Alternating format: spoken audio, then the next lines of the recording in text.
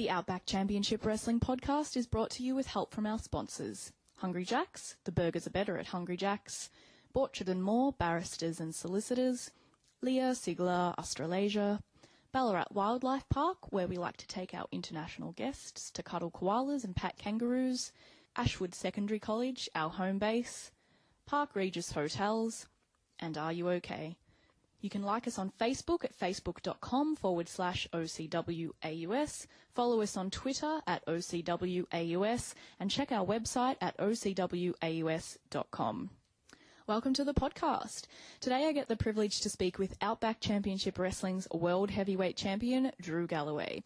This podcast was actually recorded a while ago, before he became our World Champion, and in fact, before even whisperings of him becoming our World Champion surfaced. Today, Drew and I will chat about his fate as the WWE's Chosen One, and the ill-fated 3MB, his current TNA shtick of pro wrestling versus sports entertainment, which he also cut a promo about after his OCW Championship win in Burwood, and he'll play guinea pig to the patented OCW taste test. Let's have a listen. Welcome, Drew Galloway, to the OCW podcast. Now, this is Drew's third ever podcast, so we're very honoured to have him here. Drew, would you like to say hi to the OCW fans? Hello. Thank you very much for having me. This is my third podcast, so don't go blindsiding me with any crazy questions now. I will try not to.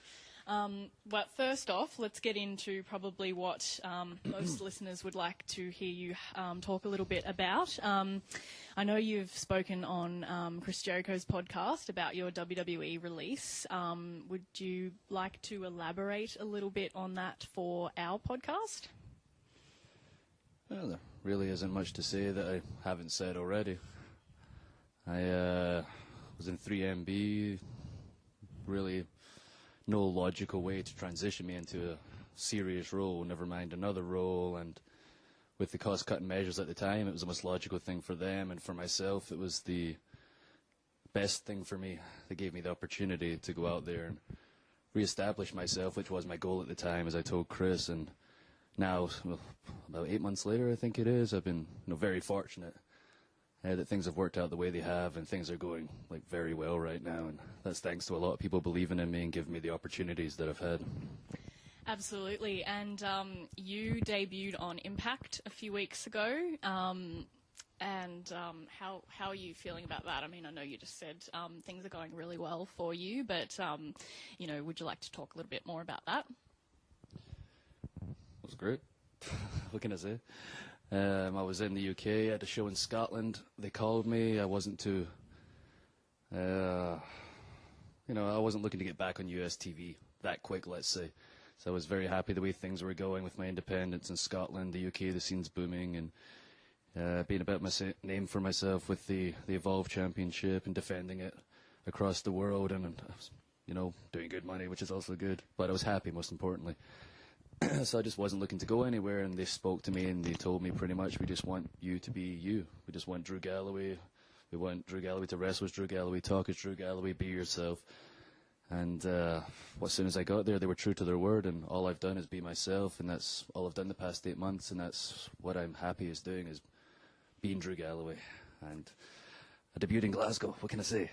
It was fantastic being there in my home crowd with Grado. I'll give him a shout out. I know right now he's probably listening and dancing around his living room. He's always excited when he gets his name mentioned, but he's a big star in Scotland. He's establishing himself around the world now, and himself and myself getting both our hands raised by Earl Hebner, and the last scene in the Hydro in Scotland was a pretty cool moment. Hard to put into words. Yeah, cool. With TNA, they said they want you to be yourself, and your first promo with them was, talking about the differences between wrestling and sports entertainment. So is it fair to say that that was pretty indicative of your personal feelings about those topics? Yes. If anyone's been following me on the independents, that's pretty much what I've been saying. I've just been, saying I'm Drew Galloway. I wanted to be a professional wrestler my whole life. I love professional wrestling. And to sum it up, it's like nothing against sports entertainment. My dream goal was to be in WWE, and I got to spend 8 years there. That was fantastic. But I love wrestling so much, and I love the opportunity to be creative, and I'm 29 years old still. I still have a lot to give. And just that feeling of being able to go out there with a blank canvas and tell a story with your opponent, be it whatever size they are, whatever style they have. You've unlimited potential, unlimited stories. You've got an angle going. It's even more exciting to try and be creative and get the crowd emotionally invested. When they're emotionally invested, you're emotionally invested, and it's the greatest, art form in the world, in my opinion. And it's just hard to tell a story in 2 minutes. So I guess that's the difference. So you said you spent 8 years in WWE, and you debuted as the Chosen One. Can you elaborate a little bit on that character? Sure. Well, I actually debuted when I first got to America as Drew McIntyre with Dave Taylor. I'd been in America for like 3 weeks, and then I was lucky enough to get in front of the writers and a couple of people in charge, and they, I guess, saw something they liked. Wade Barrett was getting there 3 weeks after me. And I was on TV by the time he got there, so literally straight on TV. And I was on the road for 6 months, which is a great learning experience, even though I wasn't on TV the entire time. I was on the road wrestling all the guys on the road and learning what a hard camera was, because I'd never heard of a hard camera before. I was used to working all 4 sides to the back row, which I learned that looks a little silly on television. But yeah, the second debut after the FCW experience, when I came out and didn't know Mr. McMahon was going to do the speech endorsing myself, was pretty cool, pretty incredible. It was something that will never happen again. It has never happened, and it was just an unbelievable opportunity, and I enjoyed every second of it, and it's obviously one of the biggest memories I have and biggest moments of my career thus far. Wow, that's interesting. I didn't realise that was something that you weren't aware of. No idea. Yeah. So I guess the Chosen One was, designed to position you as the next big thing. Would you tend to agree with that? Well, certainly. Very, helpful. I was the roster was split at the time. It was Raw and SmackDown, and Sheamus and myself were the kind of original youth movement. At the time, there was a lot of guys retiring and going out, and the boss realised that you had to start building stars, and he positioned Sheamus in Raw with Triple H at the time, and myself on SmackDown. And it was just a fantastic opportunity and some cool moments, some real heel moments, I guess. Like, I had people literally calling me names in the street, which was awesome. So if I'm going to be a bad guy, I'm going to be a bad guy, and they had such I don't know, for PG and this show, you can bleep any dickish moments with myself and Teddy Long, but I was just, trying to come up with things that I would hate myself. I was like, what's the things I hate in people the most? And I'm going to go out there and do them. And we really, had them going for a while. We were going the right direction. And unfortunately, Mr. McMahon got written off television. It obviously affected my character massively. Is it fair to say that the WWE sort of dropped the ball on your character and, the Chosen One? I don't know if I'd use those words, but certainly if we kept going the path where we're going, I know we were going in the right direction. A lot of people felt the same, but as I said, Mr. McMahon getting written off television did affect, the Chosen One by Mr. McMahon massively when Nexus took him out off of television, and then we started going a different direction with the character, and eventually I was off TV for a while and it lost all momentum. But if we kept going that direction, I know eventually we would have got to where we were intending to get to in the beginning. Just unfortunate we gave up so soon. Right. So there seems to be a bit of a growing trend on NXT where guys like Rhino, Brian Kendrick, and most recently Alex Riley are sort of using it as a platform to revitalise their careers. So you went to NXT when it started to evolve from Florida Championship Wrestling in 2002. Did you see it as a way to revitalise your career, or did you see it more as a demotion? I certainly didn't see it as a demotion. I loved being there. I was just happy being on Superstars. Anytime I get time to wrestle, like I mentioned, then I'm happy. Like, I don't care if I'm winning or losing, as long as I've got time to wrestle. That's all I care about. And the way I look at it is, if I get time to wrestle and I can't get over, even if I'm losing all the time, then that's on me, as long as I have that opportunity. But if I don't have that opportunity, then that's not on me. I said I would rather succeed in my own merit, fail in my own merit. And I was ecstatic to get the opportunity to get on there and wrestle so many talented guys. And I guess I think you tweeted a couple of days ago an article of your top 10 like underrated matches or something, and a lot of them were on Superstars and other, shows that I guess aren't like Raw and SmackDown, and they were quite substantial matches, like 20 minutes long and that sort of thing. So I guess do you sort of think that NXT is another place for, mid-card and lower-card talent to sort of get that opportunity that they're not going to get on Raw when, it's promo city? Yeah, the way like NXT is designed is like, I guess the way it was professional wrestling. It's about the wrestling. Everybody's got time. Every match means something. Instead of forcing everybody on the show, they only have X amount of segments, so everybody has time to make it mean something, which is awesome because there is so many talented guys there now, and there was in the past as well. But yeah, that's a perfect place these days with Hunter being so hands-on. He can go and see somebody maybe that isn't getting utilized on the main roster, or isn't getting the time to show what they can do, because it's hard to get somebody's ear or try and convince them that you can do something without them actually seeing it with their own eyes. And if they get that opportunity and Hunter sees it, he's a businessman, he's going to utilize it on the main shows. So, NXT is a very cool place right now. Yeah, absolutely. And speaking of someone that I guess Triple H saw potential in is Seth Rollins, who defeated you in the quarterfinals for the inaugural NXT Championship in 2012. What do you think about where Rollins is heading in his career now? He's doing great. We wrestled the first time in NXT. I knew of him, obviously, from his work in the Independents and Ring of Honor, and he's very talented. And he came in, obviously brushed up in a few areas, and we had the first match, and I was blown away. I was like, wow, this guy's really good. And I think I won that one, and then we had the rematch in the title tournament, which he went on to win, and I wanted to top that one. He wanted to top the first one, and we did. And it was a fantastic match. He's a fantastic performer, and like I say, he brushed up in all areas, and now he's on an absolute roll. And he's pretty much the main heel on the show right now. And it's just a testament to how much he loves the business, and he is getting the opportunity to show what he can do with the time.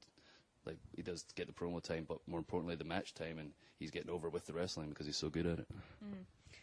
I guess his counterpart as, like, the top face, or who they're trying to make the top face, is Roman Reigns. Do you have any thoughts about him? Yeah, great guy. Very talented. And if I ran a wrestling company, I would want him to be my top guy. Like, that's a guy who walks down the street and turns heads. That's a superstar. And if he, like, not him personally, but if a guy or girl, whoever it is, can walk down the street and turn heads, that's somebody you go, all right, they've got something. And if they have the ability, then then you should get excited if you're a promoter. And someone like a Roman Reigns, who has the phenomenal look, has the superstar qualities, has the passion, has the family background, has the talent. That's somebody that I would 100% position as one of my top guys. I'd let it happen a little more organically. But. Good to know. In 2011, you competed for the World Heavyweight Championship in the Elimination Chamber against the likes of Edge and Rey Mysterio. What was that like? Awesome.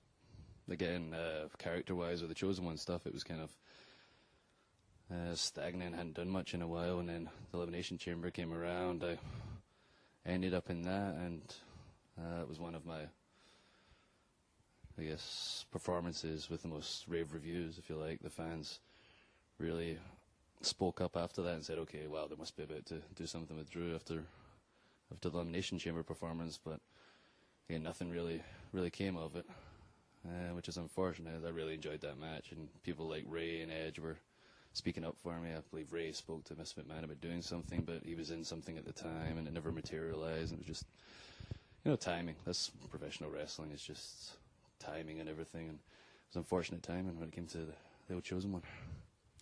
And speaking of the Chosen One, you had an undefeated streak that was eventually broken by someone else with an undefeated streak, The Undertaker.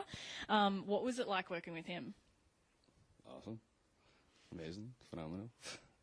what can you say? It's Undertaker. Not many guys, especially the younger guys, get the chance to do that, and not many will get the chance to do that now, especially with them only competing at Manias, and who knows how many he's got left. But yeah, to be able to say I got defeated after being undefeated for however long, 7-8 months, by the Undertaker is pretty crazy, and also the fact that generally he's the second guy to come out.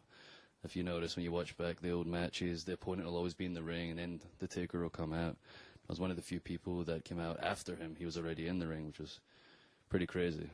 Called by Miss McMahon, I assume, but yeah, that also made my nerves go up to 1,000. But you know, the more nervous I am, the more pressure I have, the better I perform. I love pressure. It means I actually care about something. What do you think of the streak ending at WrestleMania 30 last year? I don't know, same as most people, just shock, I guess. Really know what to say. I remember Sheamus and Wade and I were talking in the locker room, and the match was going on. We were like, crap, we got to go and catch the match. Taker's on. And then just suddenly we heard Lesnar's music, and we were like, nah, that can't be. Let's go and watch the rest of this match. And we still heard it, and we looked at each other and went, wait a minute. We sprinted to a monitor and looked and saw Lesnar with his arm raised, and we were like, oh my God, Taker obviously get knocked out or something, or you know, something went wrong. There's no way this actually happened. And we found out, sure enough, it was the finish. And there was only one man that would ever decide something that big, the boss himself. And obviously took Lesnar to another stratosphere, which he was already in. He's Brock Lesnar. There's no bigger threat, and you know, he's used sparingly. So he is the biggest threat possible, and that put him in a different universe. Don't know if necessarily it was the thing to do, but the boss obviously felt that way and has his reasons, and hopefully, inevitably, it will, you know, get somebody else to that level who will be there for a few years to come. Now, before you left WWE, you were in 3MB, which you alluded to earlier. Where did that idea come from, and what were your feelings towards it? It was the boss's idea, and yeah, I was fine with it. As I say, I wasn't doing anything at the time. And I remember they designated one of the writers to kind of pull me aside and explain the character to me. I guess they told the other two guys right away, and they took me up in the stands as if I was going to snap and attack somebody, as if they drew straws or something. And then the poor writer had to come tell me. But it was one of the writers I was closer with. But yeah, I was fine. I was all right, cool. If that's what he's thinking, then if he's actually behind it, then cool. If he's into the idea, then we'll make it work. And I mentioned to him, you know, does he know I need wrist surgery next week? I guess he didn't, because we got the gimmick started to, you know, put some time and money into it for the first couple of weeks, and then I got the surgery and couldn't touch anybody or be touched for about 6 or 7 months, which obviously affected the hero of the group, not being able to actually beat people up. So by the time we came back, the you know, gimmick was already devolved to the comedy status that it was in, which was fine as well. It was keeping people entertained, and we were just giving it a roll and having a laugh with it. Also, the Shield debuting like on the month after, so it didn't help things. So yeah, so we were just off to a very bad start with me being injured and the Shield starting at the same time as the other three-man group. But yeah, people were getting into it, and people, you know, either really enjoyed it or really didn't, and would say, "Oh man, you should get this opportunity," and I was like, whatever. So having a laugh, a couple of guys I got on with, but you know, eventually I do want to go out and wrestle, and that was the hope. But it got to the point where there was, like I said earlier, no logical way for me to get to something serious. So this break was the best thing for me, and as I said, things are going well. Yes, they are.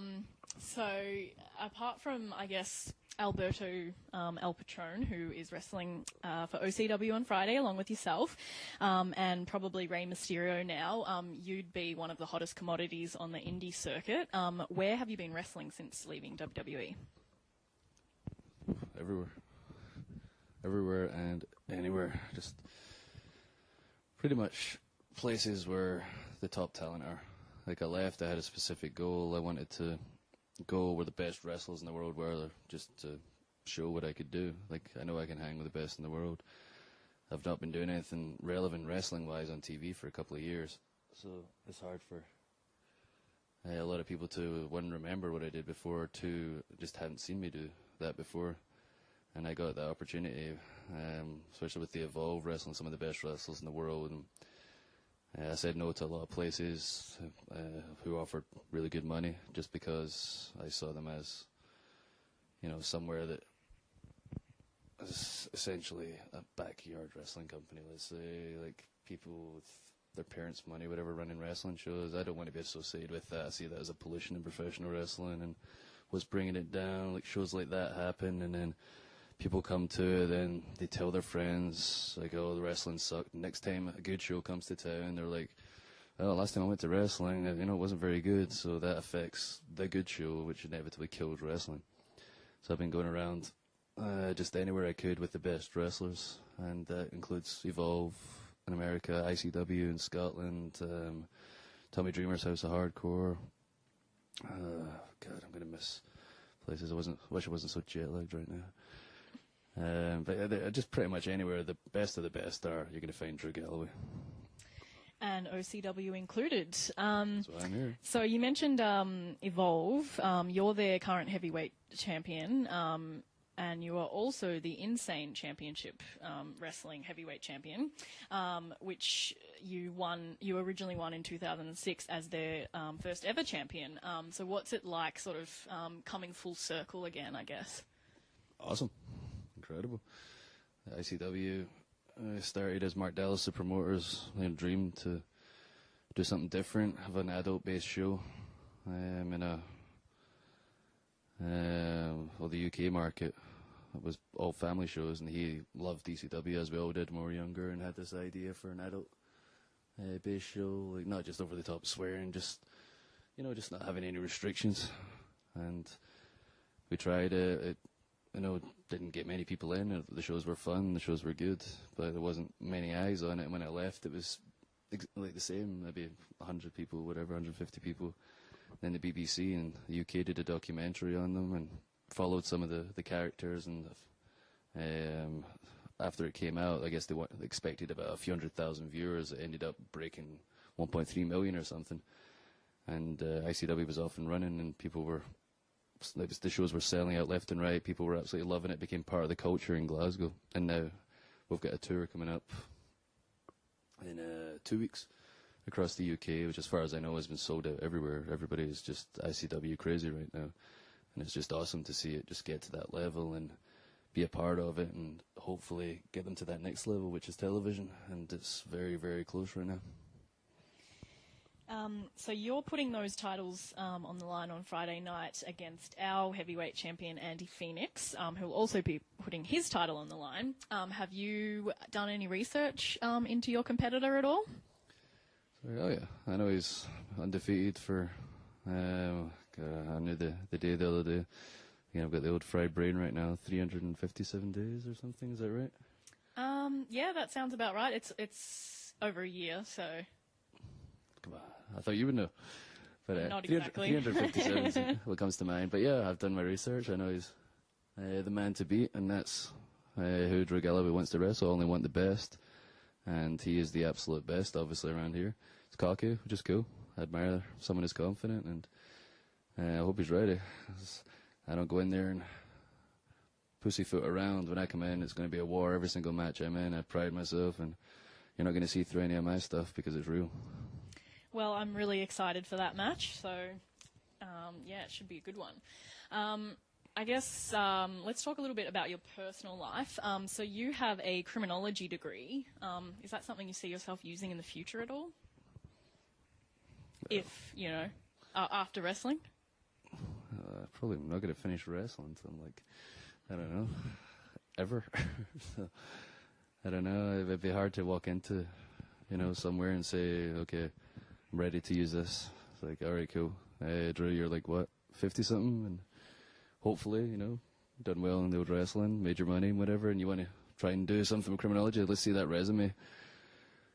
Blank, blank, blank. Professional wrestler, 15, blank, blank, blank. Okay, that's it. That's how my resume reads, professional wrestler, 15 to present, with criminology degree. But unlikely, but I always say to everybody, like, you never know what's going to happen. You've got to have something to fall back on. And my deal with my parents was I was sticking at school. and they support the wrestling, which they did, and I was very fortunate. I was signed straight from university. Like, things couldn't have worked out any better, the timing-wise. And, yeah, I advise everybody, just stick at your education, because you never know what's going to happen. I was just very, very fortunate the way things turned out. And what's your schedule like now, versus, like, because Impact films, like, 4 days in a row or something, and then it's, and versus, traveling across the country and the world for WWE? Crazy. Absolutely wild. So I'm not exactly a barrel of laughs right now. Usually I might be a bit more, hello, how you doing? I literally did 6 TVs in 3 days, drove 2 hours home, had a couple hours to wash my stuff, get to the airport for a 5.5 hour flight to LA, then a 15-hour flight to Brisbane, then a 2.5 hour flight to Melbourne here. Came here, jumped in the gym, just showered, and here we are doing a podcast. So I'm sorry that I'm not full of energy, everybody. Hopefully I've not fallen asleep. My nice relaxing voice and the way I've been talking. The life of a wrestler, hey? So TNA does film, like, all of their stuff in advance. Keeping in mind that this podcast probably won't be out for a few months, do you have any TNA spoilers? This podcast won't be out for a few months. Probably not. Really? Yeah. Oh, man, I thought this was to promote Friday. Nah, we can't get it turned around that quickly. Oh, my goodness. Now that I totally won on Friday, totally beat everybody up, what's happening on Friday? I've totally forgot the question. I'm sorry. TNA spoilers. It's going to be awesome. Great. Good. Spoilers. The shows are going to be great. The matches are going to be great. And Drew Galloway is going to be awesome. Good to hear. You just mentioned you just got here, but you've been to Australia before, correct? Yes. I actually have some time for once. The last time was the WWE tour, which involves getting into one place. I can't remember where, say, Sydney, and then you get the 4-hour flight to Adelaide or whatever, and then the 4-hour flight to here, and then the 4-hour flight to Perth, say, and then the flight to New Zealand. So that's literally every day back to back, and then straight back to America for TV. You don't really get time to see anything. Like, I think I saw the Sydney Opera House in passing to go to a bar or something. I saw a couple of bars.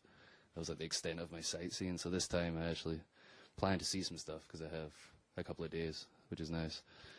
Kind of, as I say, I wish we'd done the podcast tomorrow. I'd be so full of life. I'd be dancing around. I'd be singing songs and everything.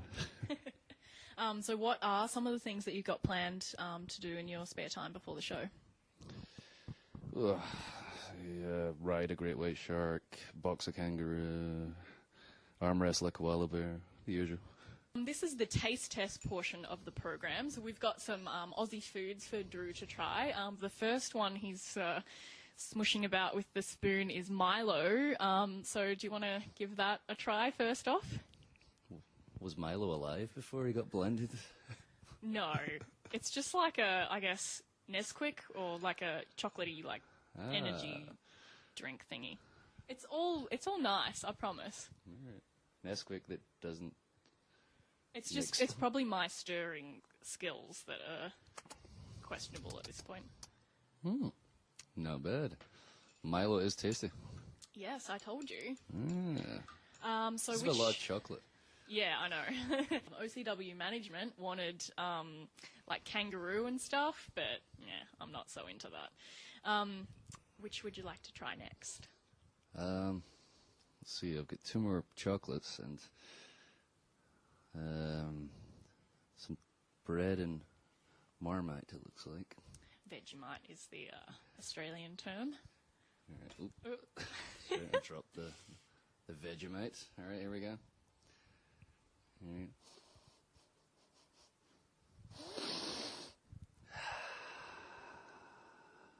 I can't even smell right now. I think I've lost all my senses with all this traveling.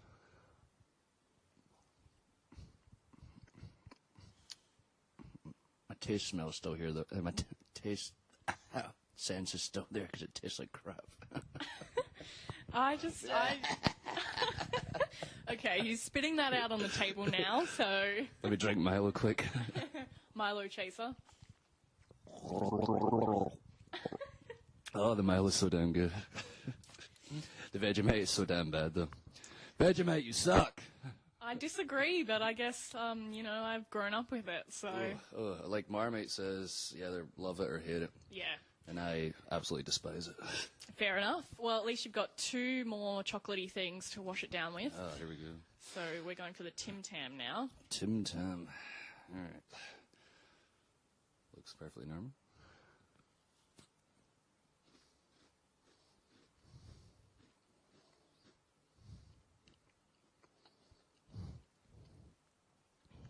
Not bad.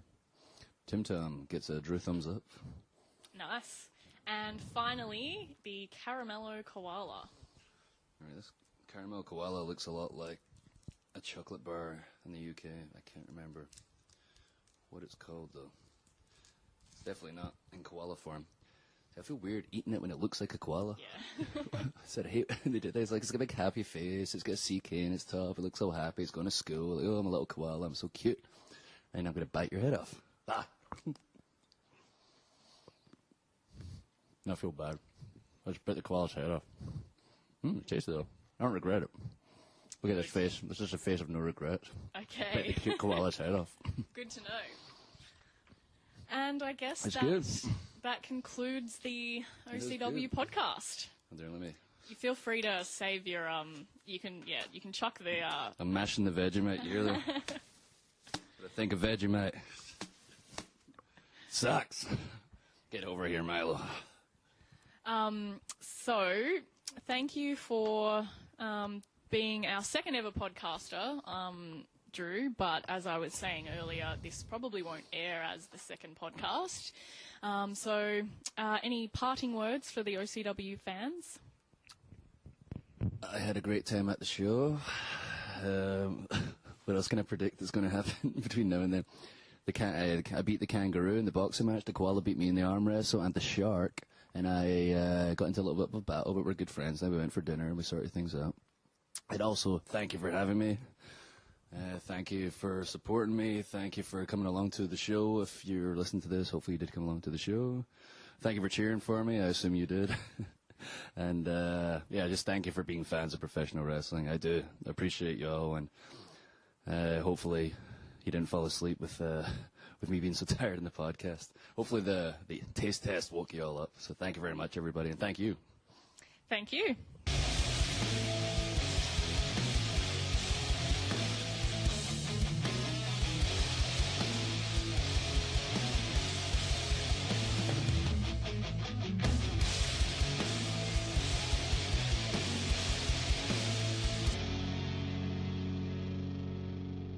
Thanks for listening.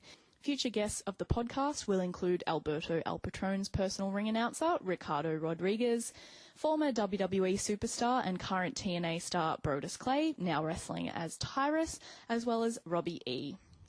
Don't forget to check out our sponsors, Hungry Jack's, the burgers are better at Hungry Jack's, Borchard and Moore, barristers and solicitors, Leah Siglar, Australasia, Ballarat Wildlife Park, where we like to take our international guests to cuddle koalas and pat kangaroos, Ashwood Secondary College, our home base, Park Regis Hotels, and Are You OK?